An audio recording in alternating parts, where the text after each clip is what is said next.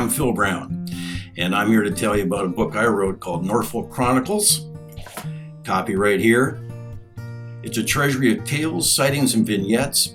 It in fact includes 50 different stories, anecdotes, and they're all from my past. You could call it a memoir, but I made sure not once to ever use the word memory or remember, so you won't find that anywhere in the text. It's a collection of 50 stories. It's about Delhi, it's about Norfolk, it's about tobacco, girls, cars, music, and friends. Back in the time, and this is from the 50s and the 60s and early 70s, it was like living free range. The only guardrails we had were dinner time, school time, and bedtime. And as long as we could honor those, our parents kind of let us do what we wanted to. That's kind of the beauty of living in the country. You could do those things without much fear. We have a library in Delhi, which is where I was born and raised. And I would go there every week without fail, if only to read a book.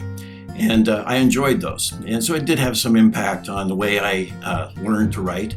I'd also say my mom made a point of getting me to read the New Yorker. So I'd read the New Yorker every week, not only for the cartoons, but just for some of the articles too. So that had a lot to do with the way I write today. I'm going to show you, actually I'm going to read to you a couple of testimonials I had from people who have already read this book. And maybe it'll give you some idea where we got our enjoyment. So here's one. With only 3 chapters in, I had experienced 3 belly laughs. My headline says it all. I finished the book in a couple of days and found myself drawn into the experiences, situations, and characters that Phil writes about in Norfolk Chronicles. I never thought that I would find the various subject matters worth exploring on their own. Tobacco planting and harvesting, roller skating rinks. But Phil's writing style pulls you in, and it captivates. The book takes one back to a simpler place in time in America, Canada actually, when things appear to be much more pleasurable than today. Get the book, you won't regret your decision. Got another one here. Excellent book. I swear to God I was riding my bike right beside you on all your adventures. And here's one which I thought was nice. A perfect summertime, wintertime, anytime read. It will either carry you back to a time that's gone or introduce you to an era you'll be sorry you missed. And the last one, it was a more innocent time, and I sometimes feel melancholy that the grandkids today do not have the same experience. And finally, the way that you are able to find humor in almost anything or any situation. It's truly a wonderful quality. I got a big kick out of writing it. It took me some time to do it. It's drawn from my blog. It's also drawn from some letters I've written to newspapers, also letters which I'd put into our business newsletter, which came out every month. I enjoy writing, and I think I enjoy reading good writing. So I make a note of this on the back. Norfolk Chronicles has the humor of Thurber, Wodehouse, Bryson, and Barrie, assembled with hints of irony, surprise, and quiet satisfaction. So now I'm going to read you a story. This is more of an observation of the story, I guess. It's called A Change in the Clouds. Fall is a month away.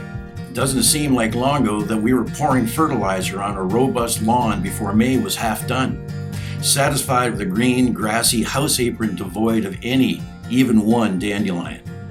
Back then, summer was still a month away pretty much, and we had a full agenda of activity, including play and travel, romps with the kids, and some quiet moments by a large body of water, soothed by a clement breeze sent from the northwest. The sun was up by 5:14 a.m.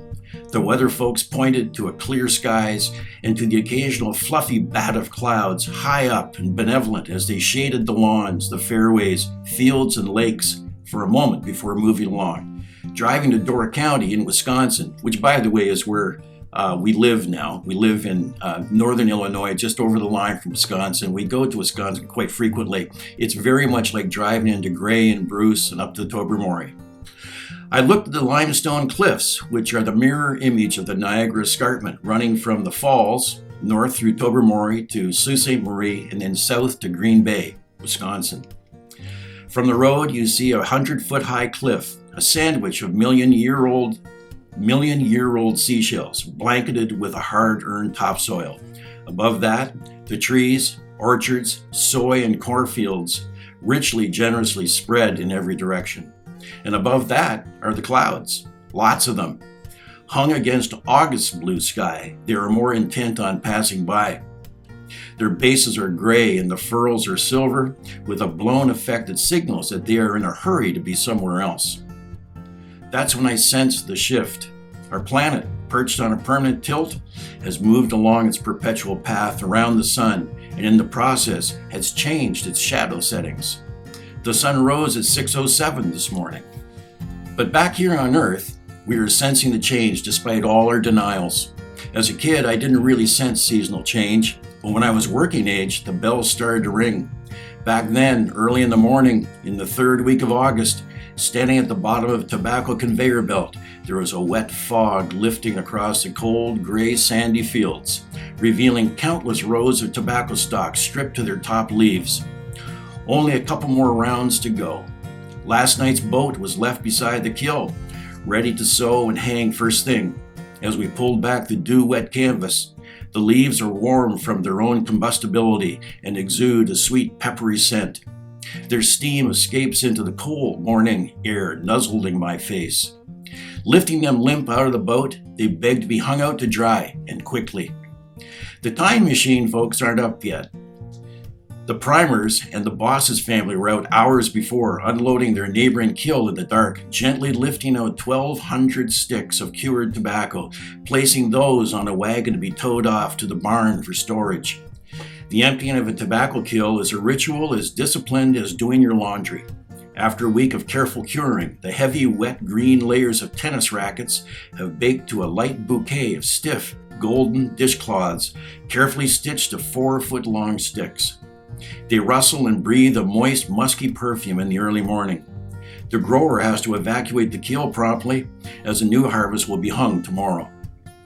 As the pickers ride off to the field, our tying team revs up the machine table and the sticks are placed into the moving chain by women's hands, which moments before were finishing thermos mugs of coffee.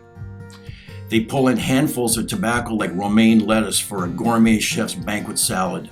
Off across the yard, the cool dew gives a fuzz to the grass while it drenches my feet, padding back and forth between the tire and the conveyor. Up above, our kiln hanger has cranked up his radio, which he has hung on the red door of the kiln. Sonny and Cher beg us, "Baby, don't go." It's late August, and we all feel the harvest coming to an end. 10 more kilns at best. 10 more days. Finishing up a harvest is a sobering experience. The work started 4 weeks ago, roughly, the result of 4 months of careful planning and cultivation.